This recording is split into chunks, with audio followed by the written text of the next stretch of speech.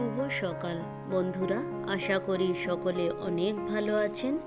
Mother kitchen and গ্রাম্য recipe ব্লগে আপনাদের স্বাগত জানাই। বরাবরের মতো আজও একটা নতুন ভিডিও নিয়ে হাজির হয়েছি আপনাদের সামনে। সকালে চাউমিন করে সবাই খেয়ে নিয়েছি।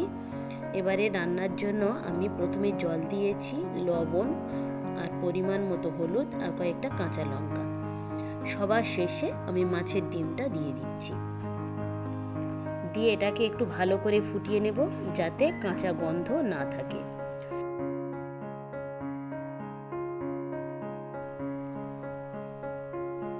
একটা মিডিয়াম সাইজের আলু কুচি দিয়েছি। দিয়ে আমি এবারে যে সবজিগুলো কেটে রেখেছিলাম সেই সবজিগুলো দিয়ে দিচ্ছি। এখানে আমি মাছের ডিম দিয়ে নোটের শাক রান্না করছি। আপনারাও ঠিক এইভাবে একবার তৈরি করবেন। এবারে আমি এটাকে একটা ঢাকায় ঢেকে দিয়েছি। কিছুক্ষণ পরে এই ঢাকাটা খুলে আমি একটু নাড়াচাড়া করে নেব। ঢাকাটা খুলে উপর থেকে আমি খানিকটা পেঁয়াজ কুচি দিয়ে দিয়েছি। দিয়ে আমি এটাকে একটু নাড়াচাড়া করে নিচ্ছি।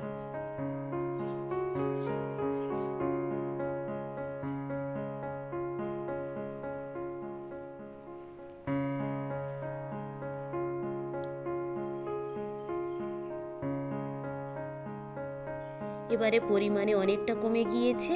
এই সময় আমি আরও একটু ভালো করে এটাকে নাড়াচাড়া করে নিচ্ছি। মাছের ডিমটা আপনারা যদি বা ডিমটা দিয়ে সঙ্গে সঙ্গে সবজিটা দিয়ে দেন তাহলে কিন্তু কাঁচা গন্ধ থাকবে।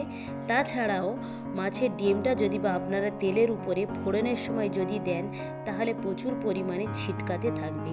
সেই জন্যেই এরকমভাবে আপনারা আগে মাছের ডিমটা একটু গরম করে নেবেন বা একটু সিদ্ধ করে বা ফুটিয়ে নেবেন, তারপরে আপনারা সবজিটা দিয়ে রান্না করবেন। তাহলে কোনো কিছুতেই অসুবিধা হবে না। একেবারে জলগুলো সব মরে গিয়েছে। এটাকে আমি একটা পাত্রে ঢেলে নিয়েছি। ফোড়ন দেওয়ার জন্য আমি এখানে আজকে সাদা তেল ব্যবহার করেছি। আপনারা চাইলে সরিষার তেলও ব্যবহার করতে পারেন। একটা শুকনো লঙ্কা আর কয়েকটা রসুন থেতলে দিয়ে দিয়েছি। দিয়ে এটাকে একটু ভেজে নিচ্ছি। ঠিক এই সময় যদি বা আপনারা মাছের ডিমটা দেন দিতে পারেন, কিন্তু প্রচুর পরিমাণে ছিটকাতে থাকবে।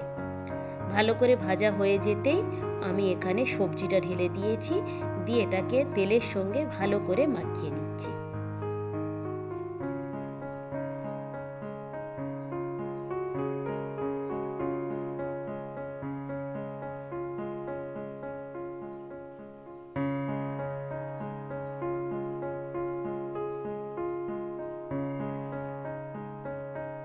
তলায় আর কোনো জল নেই। এবারে এটাকে আমি একটা পাত্রে নামিয়ে নিচ্ছি। ভিডিওটা তাহলে এখানেই শেষ করছি। ভালো থাকবেন, সুস্থ থাকবেন, আর ব্লগটি কেমন লাগলো অবশ্যই জানাবেন। ভালো লাগলে একটা সাবস্ক্রাইব করে দেবেন। দেখা হবে পরবর্তী ব্লগে।